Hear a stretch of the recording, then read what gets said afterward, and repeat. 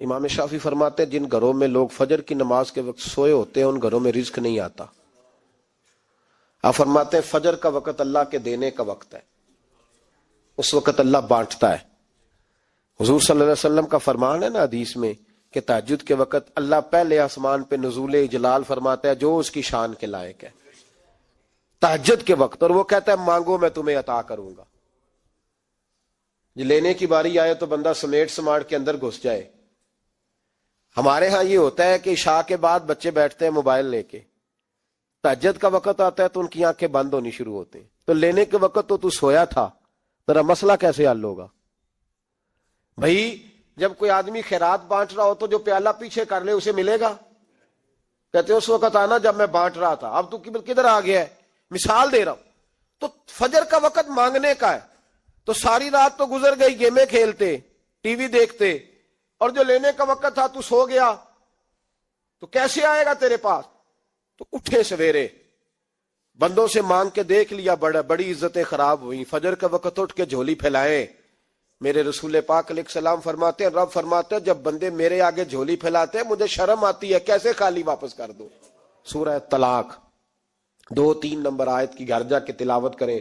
رب کریم نے فرمایا وَمَن يَتَّقِ اللَّهَ يَجْعَل لَّهُ مَخْرَجًا، فرمایا جب تو اللہ سے ڈرے گا تو اللہ ہر مشکل سے نکلنے کا تجھے رستہ عطا فرما دے گا. اور کیا خوبصورت انداز ہے قرآن مجید کا، اور ہم نے اس کا لاکھوں بار تجربہ کیا، بیسوں اور سینکڑوں بار یہ چیز ذاتی طور پر پریکٹیکل سے گزری. اللہ نے فرمایا ہر مشکل سے نکلنے کا رستہ بھی دے گا، وَيَرْزُقْهُ مِنْ حَيْثُ لَا يَحْتَسِبُ، اور اللہ تجھے وہاں سے رزق دے گا کہ تو نے کبھی سوچا بھی نہیں ہوگا. وَيَرْزُقْهُ مِنْ حَيْثُ لَا يَحْتَسِبُ، سے دے گا کہ تو نے کبھی سوچا بھی. ایک صحابی تھے حضرت عوف بن مالک رضی اللہ تعالیٰ، کہتے میرا بچہ کافروں نے قید کر لیا، گھر میں غربت پہلے بڑی زیادہ تھی، میں دروازہ رسول پہ آیا، حضور اب کیا کروں؟ تو کہتے ہیں نبی پاک نے فرمایا بھروسہ اللہ کی ذات پہ کر، توکل اللہ کی ذات پہ کر، اور گھر جا کے تسبیح لے کے میاں بیوی بیٹھ جاؤ اور پڑھو لا حول ولا قوت الا باللہ العلی العظیم، جاؤ پڑھو جا کے. کہتے میں گھر بیٹھا ابھی چند تسبیحاں پڑھی تھی کہ دروازے پہ دستک ہوئی، دروازہ کھولا تو میرا بیٹا دروازے پہ کھڑا تھا، پلٹ کے دیکھا تو 400 بکریاں بھی لایا تھا. اور میں نے کہا بیٹا یہ کیسے آ گئی؟ کہنے لگے ابا جی مجھے ایک حویلی میں کافروں نے قید کیا ہوا تھا، میں بڑا پریشان تھا، لیکن ابھی تھوڑا دیر پہلے پتہ نہیں کیا ہوا ہے، میں نے یوں ہاتھ لایا تو رسیاں کھل گئی، باہر نکلا ہوں تو 2-3 بندوں پہ نیند کا ایسا غلبہ تھا کہ بے ہوش ہو کے گرے ہوئے تھے. 400 بکریاں بھی تھی، میں نے دروازہ کھولا بکریاں میرے ساتھ دوڑنے لگ گئی ہے، تو میں 400 بکری بھی لے آیا ہوں، پلٹ پلٹ کے دیکھتا رہا ہوں پر میلوں کا سفر ہوا وہ آئے ہی نہیں. تو والد کہنے لگے بیٹا چلو پہلے مصطفیٰ کریم سے جا کے پوچھ لے، دیکھیں کیسے مالی مسئلے حل ہوتے ہیں. حضور سے جا کے پوچھیں کہ ہمارے لیے جائز بھی ہے کہ نہیں.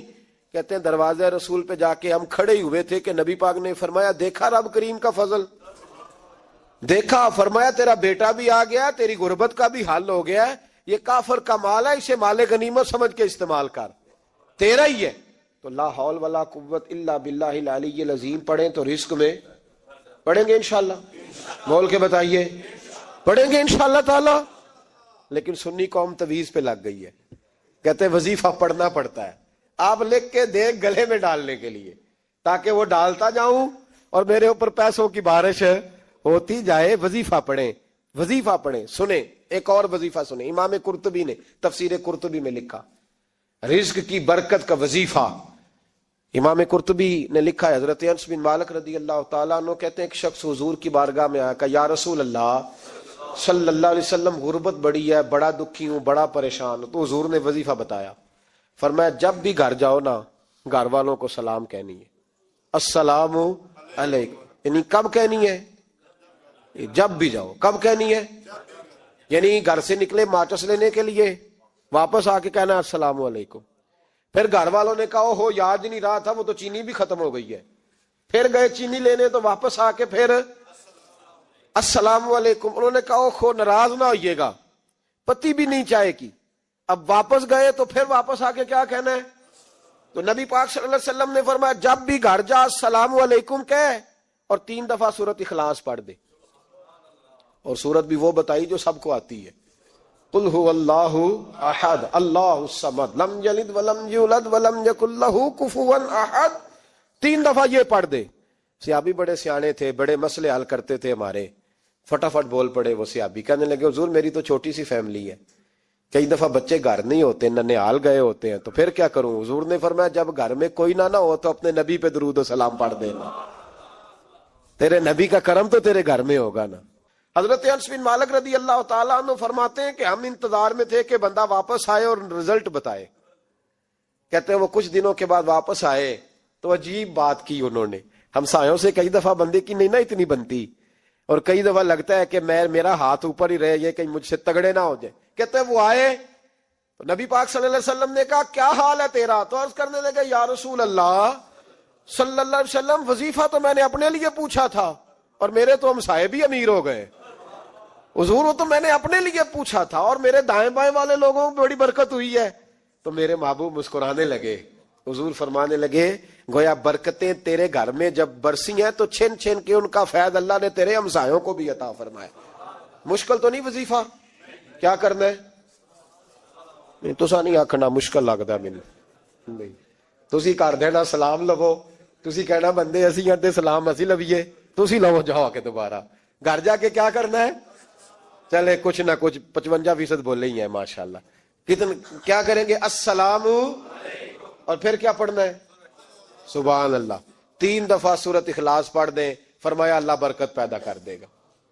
اب سنیں, ایک دوست آئے, کہنے لگے حضرت جی بڑے پیروں کے پاس گیا ہوں, مالی مسئلہ حل نہیں ہوتا. تو میں نے کہا میں تجھے نبی پاک کی بارگاہ میں نہ لے جاؤں, پیروں کے پیر کے پاس نہ چلے جائیں. میں نے کہا سن تیرا مالی مسئلہ حضور حل کر دیتے. مشکات میں حدیث ہے, ایک صحابی نے کہا حضور غربت ہے, فرمایا روز رات کو سورت واقعہ پڑھ, تیرے گھر میں فاقہ نہیں آئے گا. اور یار بتاؤ جب نبی پاک نے کہہ دیا نہیں آئے گا تو آئے گا, حضور نے کہہ دیا نہیں آئے گا تو آئے گا, اللہ اکبر, آ ہی نہیں سکتا. تو وہ والا وظیفہ پڑھ جو مصطفیٰ کریم نے بتایا ہے, اور رب کریم کی بارگاہ میں گویا نیت ہو کہ یا اللہ میں کوئی خود تو نہیں نہ پڑھ رہا, تیرے نبی نے بتایا ہے. سورت واقعہ پڑھ, تیرے گھر میں فاقہ. حضرت عبداللہ ابن مسعود رضی اللہ تعالیٰ عنہ بیمار ہو گئے, شدید بیمار, اور بیٹیوں کے باپ تھے, بیٹیاں زیادہ تھی.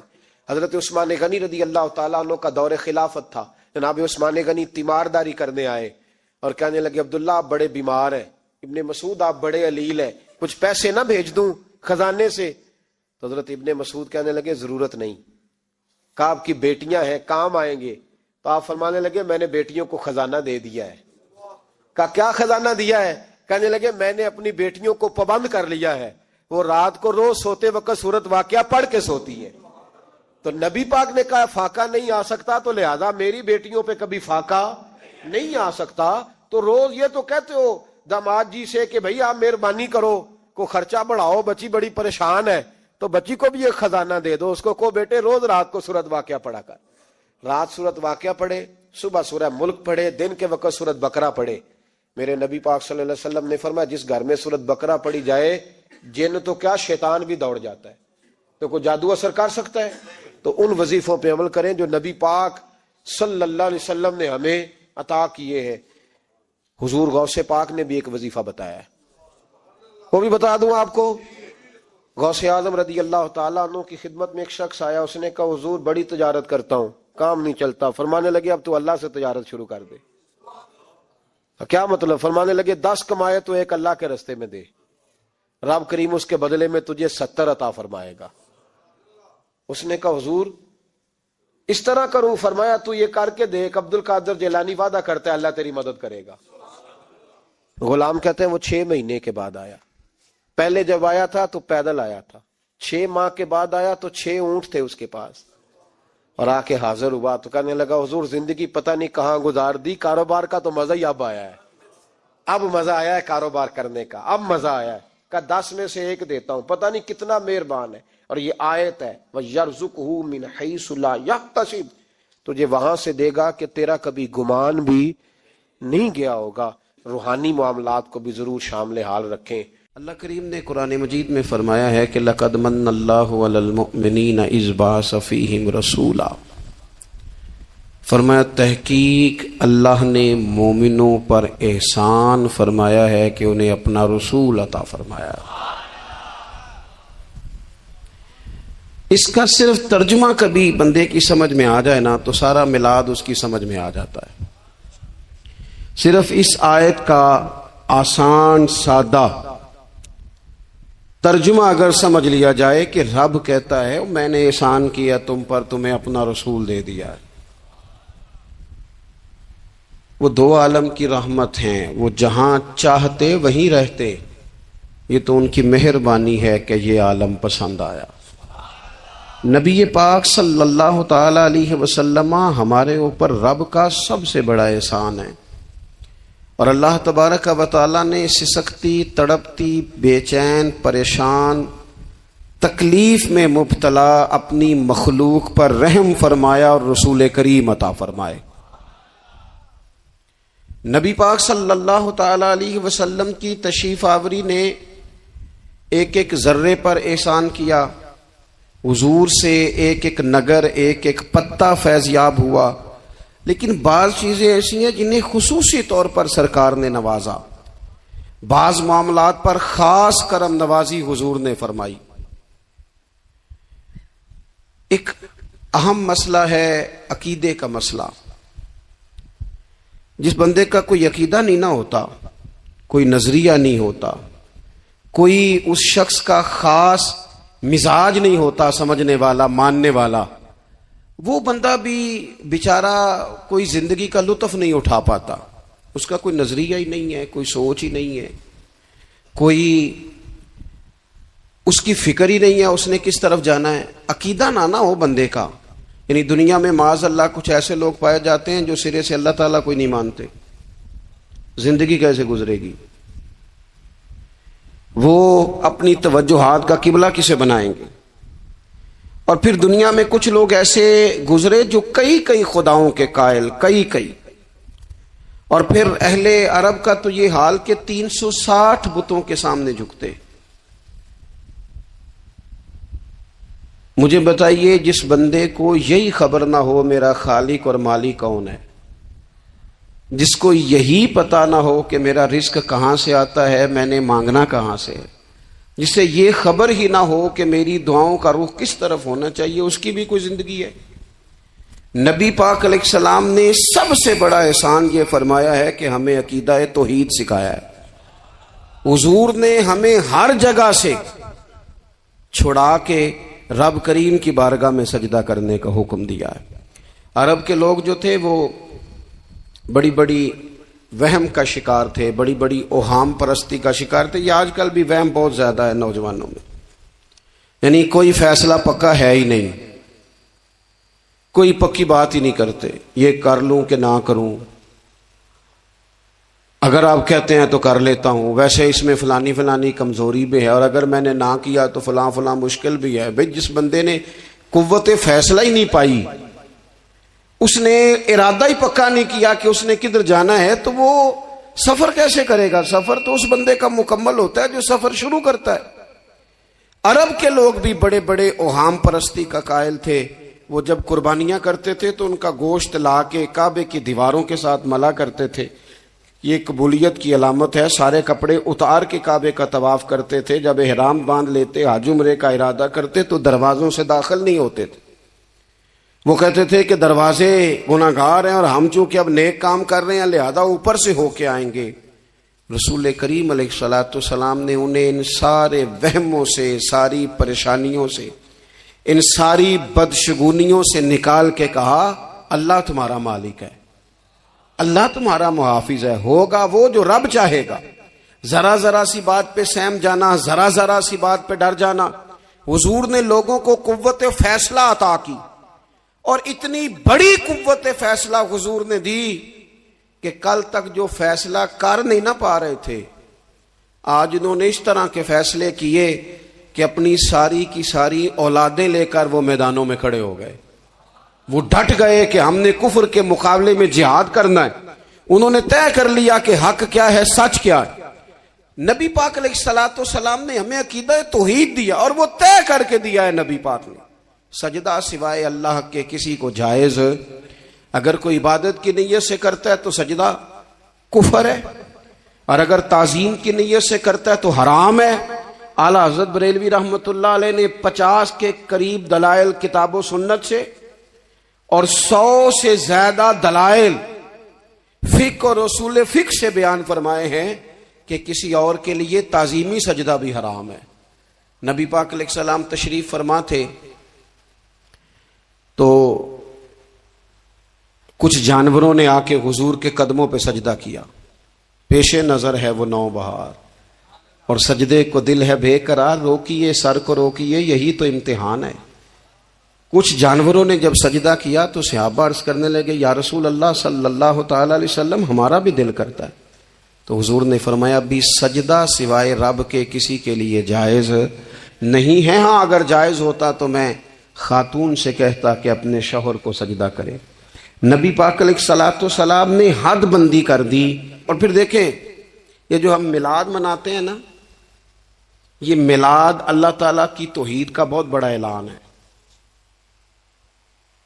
ہم کہتے ہیں نبی پاک کا میلاد ہوا، جس کا میلاد ہوتا ہے وہ خدا نہیں ہوتا، جو پیدا ہوتا ہے وہ رب۔ جب ہم میلاد منا رہے ہوتے ہیں تو ہم یہ بتا رہے ہوتے ہیں بھئی حضور خدا نہیں، حضور تو 12 ربیع الاول کو پیدا ہوئے، تو جو پیدا ہو رب پیدا، لم یلد ولم یولد۔ اللہ تبارک و تعالی پیدا نہیں ہوتا، مالک تو ازلی ابدی شان رکھتا ہے۔ اس لیے عقیدہ توحید بندے کو مضبوط کر دیتا ہے۔ انسان جب عقیدہ توحید والا ہو جاتا ہے، اور نبی پاک علیہ السلام دنیا میں رب کی طرف بلانے آئے، وداعیا الی اللہ باذنہ وسراجا منیرا، حضور نے لوگوں کو اللہ کی جانب دعوت دی۔ جب انسان توحید والا ہو جاتا ہے تو مضبوط ہو جاتا ہے، وہ کسی سے نہیں ڈرتا، وہ سمجھتا ہے ہونا تو وہ ہے جو میرا رب چاہے گا، مجھے پریشان ہونے کی ضرورت کیا ہے۔ پھر اس کا بھروسہ بھی اللہ تعالیٰ پر، اس کی امیدیں بھی اللہ رسول سے، اس کی توجہات کا قبلہ بھی سارا ادھر ہی۔ تو حضور نے لوگوں کو عقیدہ دیا، مضبوط کیا۔ رسول پاک صلی اللہ تعالی علیہ وسلم نے ذہنوں کو پختگی عطا فرمائی۔ تو سب سے بنیادی چیز حضور کا جو احسان ہے وہ عقیدہ ہے۔ پھر بعض خاص طبقات پر حضور نے خاص احسان کیا۔ آج بھی پوری دنیا میں ڈنڈورا پیٹا جاتا ہے عورتوں کے حقوق کا، پوری دنیا کے اندر، اور بعض لوگ عورتوں کو بڑا دھوکہ دیتے ہیں، کہتے ہیں تمہیں حق نہیں ملتے لہٰذا تم سڑکوں پہ آ جاؤ، معاذ اللہ، تمہیں حق نہیں ملتے لہٰذا تم معاذ اللہ بازاروں کی رونق بن جاؤ۔ عورتوں کو بڑا پریشان کیا جاتا ہے حقوق کے تعلق سے۔ نبی پاک علیہ السلام کی آمد سے پہلے کوئی خاتون کے ساتھ سلوک اچھا نہیں کیا جاتا تھا، اس کا کوئی جائیداد میں حصہ نہیں تھا۔ عورت کا خامد اگر فوت ہو جاتا تو وہ اپنے سسرال کے خاندان کی پراپرٹی بن جاتی، معاذ اللہ، اور جس کے مرضی چاہے سپرد کر دیتے۔ ہندوستان کے بعض علاقوں میں ایسی کبھی رسمیں بھی پائی جاتی تھی کہ بعض عورتیں اپنے خامد کے ساتھ جل جانا مناسب سمجھتی تھی کہ بعد میں کوئی زندگی تو ہوگی نہیں، اور بیوہ خاتون اور طلاق یافتہ خاتون، اس کے بارے میں تو لوگوں کا خیال تھا کہ شاید یہ خاتون بالکل سوسائٹی اور سماج کا حصہ ہی نہیں ہونی چاہیے۔ قربان جائیں، یہ اعزاز میرے نبی پاک نے دیا ہے۔ حضور نے پہلی شادی ہی اس خاتون سے کی ہے جن کا پہلے بھی نکاح ہو چکا تھا، اور خاتون کو حضور نے حقوق دیے، جائیداد میں حصہ دیا۔ کہا جو بیٹیوں کی بہنوں کی پرورش کر کے آئے گا اور اچھی پرورش کر کے انہیں روانہ کر دے گا، جس طرح میری 2 انگلیاں جڑی ہوئی ہیں میرے ساتھ جڑ کے جنت میں جائے گا۔ اور ایک روایت میں فرمایا کہ جب کسی کے ہاں بیٹی پیدا ہوتی ہے نا تو اللہ فرشتوں کو بھیجتا ہے، اور وہ اس کے گرد کھڑے ہو جاتے ہیں اور گھر والوں کو سلام کہتے ہیں، اور کہتے ہیں یہ ضعیفہ ایک ضعیفہ سے پیدا ہوئی ہے، یہ کمزور، یعنی صنف کے لحاظ سے کمزور نازک بچی ایک نازک ماں سے پیدا ہوئی ہے۔ فرشتے کہتے ہیں جو اس کی پرورش کرے گا نا، اللہ قیامت تک اس کی مدد کرے گا، اس کی ہمیشہ مدد ہوتی رہے۔ اور نبی پاک صلی اللہ تعالی علیہ وسلم کی خدمت میں آ کے جب خواتین نے کہا تو نا یا رسول اللہ، ہمارے تو دین دنیا کے معاملات میں مردوں کے تعلق سے کمزوری ہے، کئی دن تو ہم ویسے نماز نہیں پڑھ سکتی مہینے میں، کئی دن تو ہم ویسے ہی عبادات کے قریب نہیں جا سکتی، جہاد پہ ہم نہیں جاتی، گواہی ہماری مردوں کے برابر نہیں، تو یا رسول اللہ صلی اللہ علیہ وسلم ہمارا بھی کوئی احساس ہے؟ تو حضور نے فرمایا جب کوئی خاتون حاملہ ہوتی ہے نا تو اللہ اسے اتنا ہی ثواب دیتا ہے جتنا جہاد کرنے والے کو ثواب دیتا ہے، اور جب بچہ پیدا ہوتا ہے تو اللہ تعالیٰ اسے شہادت کا درجہ عطا کرتا ہے، اور جب وہ بچوں کو دودھ پلاتی ہے تو رب اسے غلام آزاد کرنے کا ثواب عطا کرتا ہے۔ ایک دفعہ نا نبی پاک صلی اللہ تعالی علیہ وسلم کی خدمت عالی مرتبت میں حضرت عائشہ صدیقہ رضی اللہ تعالی عنہ نے ایک واقعہ عرض کی حضور آج میرے ساتھ عجیب معاملہ ہوا، میں گھر میں اکیلی تھی تو ایک خاتون 2 بیٹیوں سمیت آئی، اس نے کہا کہ میں بھی بھوکی ہوں، میری بیٹیاں بھی پریشان ہیں، کھانا نہیں کھایا۔ سیدہ پاک کہتی ہیں یا رسول اللہ میرے پاس بھی 3 کھجوریں تھیں گھر میں پڑی، یہ 2 جہاں کے شاہ ہیں پر پاس کچھ رکھتے نہیں، اور 2 جہاں کی نعمتیں ہیں ان کے خالی ہاتھ میں۔ فرماتی ہیں وہ 3 کھجوریں میں نے ان 3 ماں بیٹیوں کو دے دی، ماں نے پہلے ایک کھجور دونوں بیٹیوں کو دی، پھر بچیاں وہ کھجور کھا کے ماں کی طرف دیکھنے لگی تو جو کھجور ماں کے پاس تھی اماں نے اس کے بھی 2 حصے کر کے بیٹیوں میں بانٹ دیے۔ حضرت عائشہ عرض کرنے لگی یا رسول اللہ میں نے یہ بڑا نرالا رنگ دیکھا ہے، ماں کا اپنے بچوں سے پیار کا انداز۔ تو حضور نے کیا فرمایا؟ نبی پاک علیہ الصلوۃ والسلام فرمانے لگے سن پھر اللہ تعالیٰ نے اس عورت پر جنت کو واجب کر دیا ہے، فرمایا اللہ نے اسے جہنم سے دور کر دیا جو بیٹیوں کے معاملے میں آزمایا گیا، اور جس نے پھر ان کے ساتھ اچھا سلوک کیا۔ اپنا حضور کا عمل یہ تھا کہ حضور کی بڑی صاحبزادی سیدہ زینب رضی اللہ تعالیٰ عنہ، یہ حضور کی سب سے بڑی صاحبزادی ہیں، یہ بخاری میں آپ کو ملے گا کہ ان کی بیٹی جناب امامہ بنت زینب چھوٹی سی عمر تھی، تو جب حضور نماز کے لیے آتے تھے تو نواسی کو اٹھا کے ساتھ لے آتے تھے، اور وہ حضور نماز پڑھتے تھے تو وہ نبی پاک کے کندھوں پہ کھیلتی تھی۔ حضور نے عملاً بیٹیوں سے پیار کرنا سکھایا، بیٹیوں سے محبت کریں، بیٹیوں سے پیار کریں۔ بیٹیاں بڑی خیرخواہ ہوتی ہیں، بیٹیاں ماں باپ کی بڑی وفادار ہوتی ہیں، بیٹیاں بڑا خاص تعلق رکھتی ہیں۔ جوانوں آپ سے بھی کہوں گا بہنوں کی طرف توجہ رکھیں، جو کسی کی بہن آپ کے گھر ہے اس کا بھی خاص احساس کریں، وہ بھی کسی کی بہن ہے، لیکن اپنی بہن کے ساتھ بھی خاص نسبت کا تعلق قائم رکھیں، رشتوں میں اعتدال ہونا چاہیے۔ اس صنف کو نبی پاک علیہ السلام نے خاص کر کے نوازا ہے، اور ہمارا بھی ان کے ساتھ خاص رشتہ ہونا چاہیے۔ اسی طرح کا معاملہ یتیموں کے ساتھ ہے، کمزوروں کے ساتھ ہے۔ دیکھو آج نا ہمارے ہاں کمزوروں، غریبوں، مسکینوں، یتیموں کی مدد تو کی جاتی ہے، لیکن انہیں لوگ اپنے ماحول کا حصہ نہیں بناتے۔ یعنی کبھی گئے تو غریبوں میں آٹا بانٹ آئے، کبھی گئے تو غریبوں میں جا کے کپڑے تقسیم کر آئے، کبھی گئے تو غرباء کو کچھ وقتی طور پر کچھ ضروریات زندگی دے دی، کبھی عیدیاں بانٹ دی، کبھی سیلاب زدگان میں چلے گئے۔ غرباء کو کچھ نہ کچھ صدقات تو دے دیے جاتے ہیں، ان پر کچھ خیرات تو کر دیا جاتا ہے، لیکن انہیں سوسائٹی کا ماحول کا حصہ نہیں بنایا جاتا۔ ایسا نہیں ہوتا کہ ان غرباء کے بچوں کو اٹھا کے بڑے شہروں میں لایا جائے، ان کی تعلیم کا خیال کیا جائے، انہیں اپنے ماحول میں رکھا جائے، ان کی بہترین پرورش کا بندوبست کیا جائے۔ کائنات میں بڑے لوگوں نے کام کیا ویلفیئر کا، بڑے لوگوں نے غریبوں کے ساتھ تعاون کیا، بڑے لوگوں نے محبت کی، سب قابل تعریف ہے، لیکن ہم نے یہ کیا کہ ان کی امداد تو کی، لیکن ان کی محرومیوں کا ازالہ نہیں کیا۔ اور وہ امداد لے رہے تھے تو ان کی پچھلی نسل بھی امداد لے رہی تھی، یہ نسل بھی امداد لے رہی، اور خدا نہ کرے کہ اگلی نسل کو بھی امداد لینا پڑے۔ میرے نبی پاک صلی اللہ تعالی علیہ وسلم کا انداز کچھ اس طرح کا ہے کہ امام بہقی نے لکھا ہے، حضرت بشیر بن عقبہ رضی اللہ تعالیٰ عنہ کہتے ہیں میرے والد انتقال کر گئے تھے، اور میں ایک جگہ پہ بیٹھ کر رو رہا تھا کہ نبی پاک صلی اللہ تعالی علیہ وسلم میرے قریب سے گزرے، کیوں روتے ہو؟ یا رسول اللہ میرے والد کا انتقال ہو گیا۔ میری والدہ رخصت ہو گئی. تو یہ ہمیں حضور نے سبق دیا ہے. یہ یتیموں غریبوں کا خیال رکھنے کا یہ بھی ایک نقطہ، یہ بھی انداز ہے.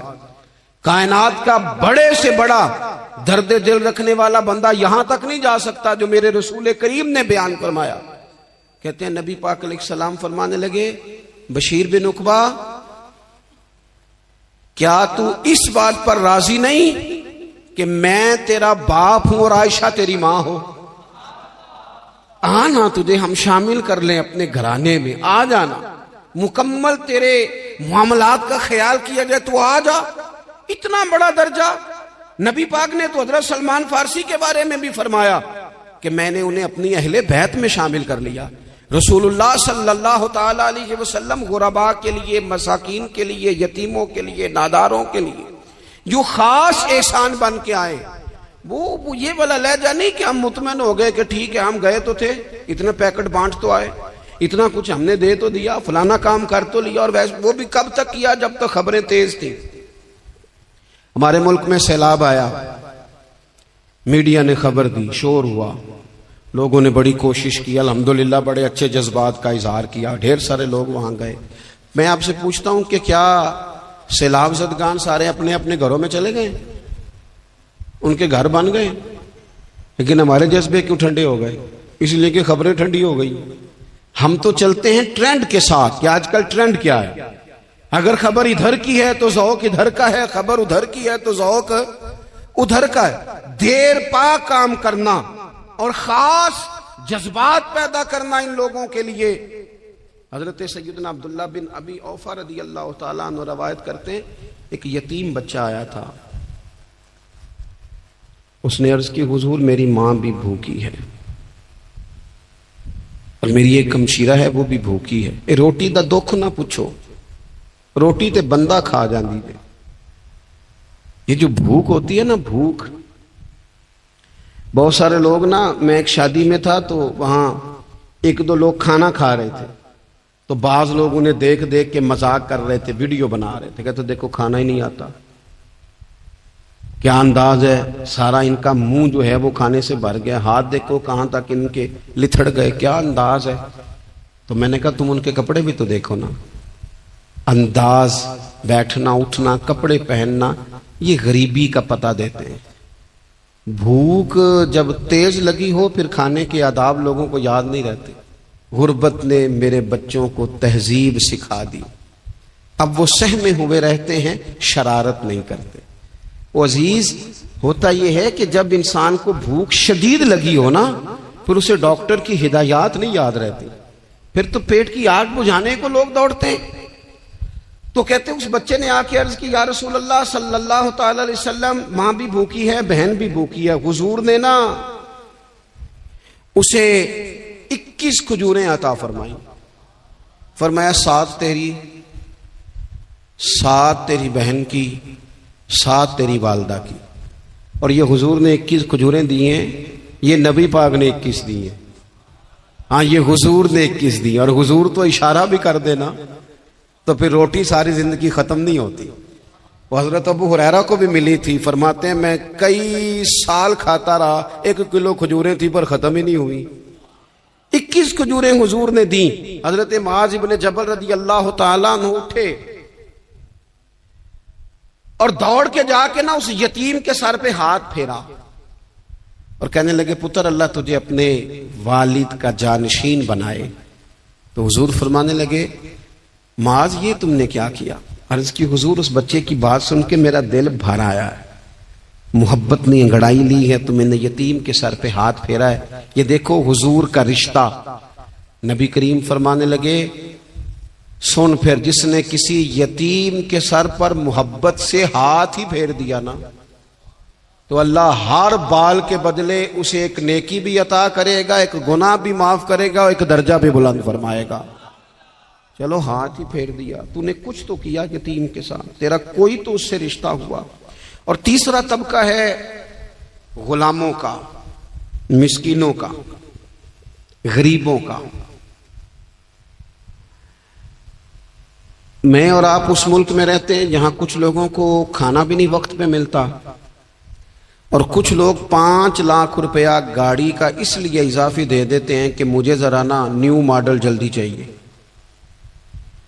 یعنی ایک طرف ملک کی حالت یہ ہے کہ بعض لوگوں کے پاس پیسے نہیں ہیں کہ بچوں کی فیس بھر سکیں، لیکن دوسری طرف حال یہ ہے کہ نئے ماڈل کا موبائل اگر مارکیٹ میں آتا ہے تو وہ ختم ہو جاتا ہے، ملتا ہی نہیں، وہ شارٹ ہو جاتا ہے.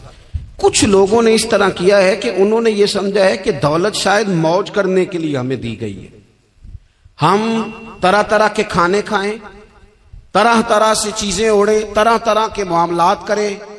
انہوں نے یہ طے کر لیا ہے. اس کا نقصان کیا ہوا ہے؟ اس کا نقصان یہ ہوا ہے کہ کچھ لوگ غربت کی سطح سے نیچے آ گئے ہیں بیچارے. نبی پاک کا جو احسان ان غریب لوگوں پر ہے. حضور علیہ السلام کے پاس نا حضرت عبداللہ ابن عمر روایت کرتے ہیں اور طبرانی میں موجود ہے، حضور کے پاس نا 10 دینار تھے. ہمارے پاس بھی پیسے ہوتے ہیں نا،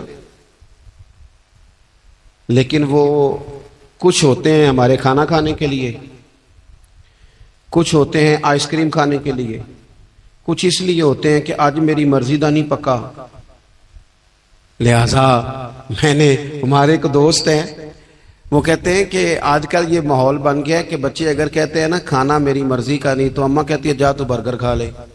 کہتے ہیں ہمارے دور میں یوں نہیں ہوتا تھا. اگر ہم کہتے تھے نا کھانا میری مرضی کا نہیں تو پھر ہمیں ڈبل چیز کھانے کو ملتی تھی، ایک مار بھی کھانا پڑتی تھی اور وہ کھانا بھی کھانا پڑتا تھا. اور پھر کچھ پیسہ لوگوں نے صرف اس لیے سنبھال کے رکھا ہوا ہے کہ جو اضافی چیزیں ہیں نا، اضافی، میرا ویسے تجربہ نہیں ہے اور نہ میں نے زیادہ گہرائی سے دیکھا ہے، بس مجھے بتایا گیا ہے، اور پتہ نہیں اب بات درست ہے کہ نہیں، مجھے بتایا گیا ہے کہ پہلے لڑکیاں بیوٹی پارلر جاتی تھی، اب سنا ہے لڑکے بھی جاتے ہیں. اب خدا جانے یہ بات سچ ہے کہ غلط ہے. یہ جو اضافی اخراجات ہیں نا، یہ اگر ہم تھوڑے سمیٹ لیں، یعنی مولا علی شیر خدا کرم اللہ تعالی وجہہ الکریم مزدوری کر کے نکلے تو 2 کلو کھجوریں تھیں. حضور بس فرمانے لگے 1 کلو میرے بچے کھائیں گے اور کلو مدینے کے غریب بچے کھائیں گے. یعنی کل 2 کلو ظاہری طور پر کھجوریں ہیں، اس میں بھی دوسروں کا حصہ. ہمارے پاس جو مال آتا ہے اگر تھوڑا سا نا ہم اسے یہ نہ سمجھ لیں کہ میرا ہی حق ہے، کسی کو اس میں سے ایک لقمہ بھی نہیں ملنا چاہیے. اگر ہم تھوڑا سا نا دل کشادہ کریں تو 3 لوگوں کا کھانا 4 بھی کھا سکتے ہیں، 4 کا کھانا 5 بھی کھا سکتے ہیں، 6 کا کھانا 7 کا کھانا 10 بھی کھا سکتے ہیں. شرط یہ ہے کہ دل کشادہ ہو. دل دریات سمندروں ڈونگے کون دلاں دیا جانے، تھوڑی سی نا کشادگی پیدا کی جائے. حضرت عبداللہ ابن عمر کہتے ہیں نبی کریم علیہ السلام کے پاس نا 10 دینار تھے. ویسے تو کائنات ہی میرے نبی کی مٹھی میں ہے، لیکن ظاہری طور پر 10 دینار تھے. حضور ایک دکان پہ گئے، 4 دینار کا حضور نے ایک جوڑا خریدا، کپڑے خریدے. وہ قمیض حضور نے پہنی، ایک انصاری آگے بڑھ کے عرض کرنے لگے حضور میرا بڑا دل کر رہا ہے، یہ مجھے نہیں دے دیتے آپ؟ تو حضور خوش ہو گئے. یہ میرے محبوب کا دروازہ ہے کہ جب کوئی مانگتا ہے تو حضور خوش ہو جاتے. نبی کریم سے مانگا اس شخص نے تو حضور خوش ہو گئے، اور محبوب نے وہ کرتا، وہ کپڑے اتار کے اس انصاری کو عطا کر دی، اور 4 دینار کے اور خرید لیے، باقی بچے 2 دینار. نبی کریم وہ لے کے نکلے، رخصت ہوئے گھر جانے کے لیے، تو رستے میں خاتون کو روتے ہوئے دیکھا. حضور رک گئے، فرمایا کیوں رو رہی ہو؟ عرض کرنے لگی یا رسول اللہ صلی اللہ تعالی علیہ وسلم میں فلاں آدمی کی کنیز ہوں، نوکرانی ہوں، اس نے آٹا لینے بھیجا تھا 2 دینار کا، وہ 2 دینار گم ہو گئے. حضور نے 2 دینار اسے عطا کر دی. وہ دیے تو وہ پھر رو رہی تھی. فرمایا اب کیوں روتی ہو؟ کہنے لگی یا رسول اللہ ڈرتی ہوں دیر بڑی ہو گئی یا مار ہی نہ پڑے. تو حضور نے فرمایا چل نہ، میں تیرے ساتھ چلتا ہوں. حضور ان کے گھر گئے، وہ اہل ایمان کا گھر تھا جن کی وہ کنیز تھی. جا کے کہا السلام علیکم، اندر سے جواب ہی نہیں آیا. پھر فرمایا السلام علیکم، کوئی جواب ہی نہیں آیا. محبوب کا طریقہ مبارکہ تھا 3 دفعہ دستک، پھر واپسی. تیسری دفعہ کہا السلام علیکم تو وہ سارے بول پڑے وعلیکم السلام یا رسول اللہ. حضور ماں باپ قربان. تو حضور فرمانے لگے میں نے پہلے بھی 2 دفعہ سلام لیا. بولا کوئی نہیں. کہا یا رسول اللہ اپنے نصیب تھے نا کہ ہم پہ سلامتیاں بھیج کون رہا، ہم نے سوچا ذرا 3 دفعہ مل جائے سلامتی، ذرا مل جائے نا. حضور سلامتی بھیج رہے ہیں تو آتی رہے نا. تو محبوب کریم علیہ الصلوۃ والسلام فرمانے لگے یہ تمہاری کنیز وہاں کھڑی رو رہی تھی، اس بیچاری کے 2 دینار گم ہو گئے تھے، اسے دوبارہ سامان لاتے کچھ دیر ہو گئی، اس پر سختی نہ کرنا، مارنا نہ۔ غلام کہنے لگے حضور اس خاتون کے قربان جائیں جو ہمارے کریم رسول کو ہم جیسے غریبوں کے گھر تک لے آئی ہے، مارنا کیا، ہم اسے آزاد کرتے ہیں، یہ آزاد ہے اللہ کی رضا کے لیے۔ یہ دیکھو یہ میرے نبی پاک کا انداز ہے۔ حضور نکلے تو جناب عبداللہ ابن عمر فرماتے ہیں رسول کریم فرمانے لگے شکر ہے اللہ تعالیٰ کا، 10 دینار تھے، ایک انصاری نے بھی قمیض پہن لی، میں نے بھی قمیض پہن لی، اور رب نے ایک کنیز کو آزاد بھی فرما دیا۔ یہ انداز ہمیں نبی کریم نے دیا ہے کہ ہم اپنے دولتوں میں، اللہ کی عطاؤں میں غرباء کو، قریبیوں کو، رشتہ داروں کو، بہن بھائیوں کو تھوڑا شریک کر لیں، تاکہ وہ جو آسودگی اللہ نے ہمیں دی ہے اس میں سے دوسروں کو بھی کچھ نفع ملے۔ اور ایک بات آخر میں آپ کی خدمت میں یہ عرض کرنی ہے کہ جو زیر دست لوگ ہوتے ہیں نا، غلام، ملازم، نوکر، آپ اپنی زندگی کے مسائل دیکھ لیں، جن لوگوں کے پاس لاکھوں آتا ہے کبھی ہزاروں آنے لگ جائے تو پریشان ہو جاتے ہیں۔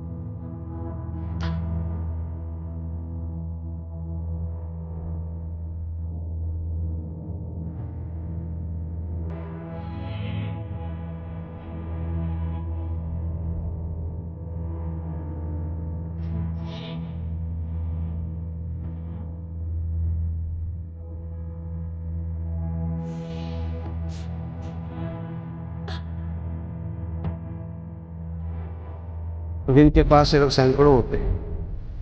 تو ایسا تو نہیں کہ آپ ہی ٹینشن میں ہیں اور آپ ہی کو غصہ آتا ہے. وہ بیچارہ کبھی نوکر بھی تو ٹینشن میں ہو سکتا ہے نا, ملازم کو بھی تو کبھی ٹینشن ہوتی ہے نا, اس کے ساتھ بھی تو مسائل وابستہ ہے نا.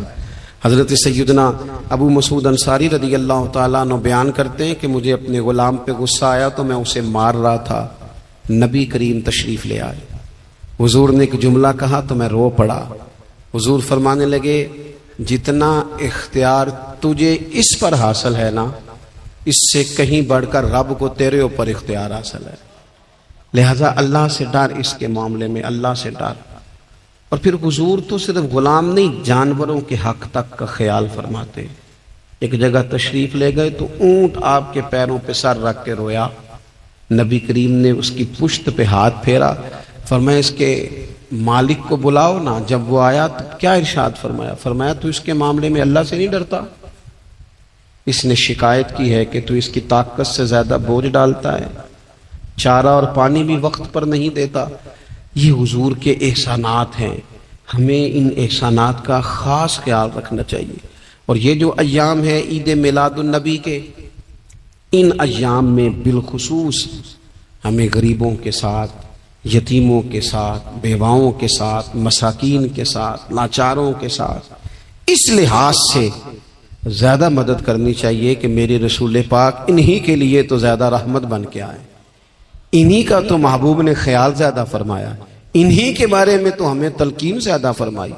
وہ اپنے پرائے کا غم کھانے والا, مرادیں غریبوں کی بھر لانے والا, مصیبت میں غیروں کے کام آنے والا, وہ نبیوں میں رحمت لقب پانے والا. تو نبی پاک علیہ السلام کے غلاموں, یہ ہمیں سیکھنا ہے, اس پر ہمیں عمل کرنا ہے. اللہ کریم کی بارگاہ میں دعا ہے اللہ ہماری حاضری کو قبول فرمائے. آخر دعوانا ان الحمدللہ.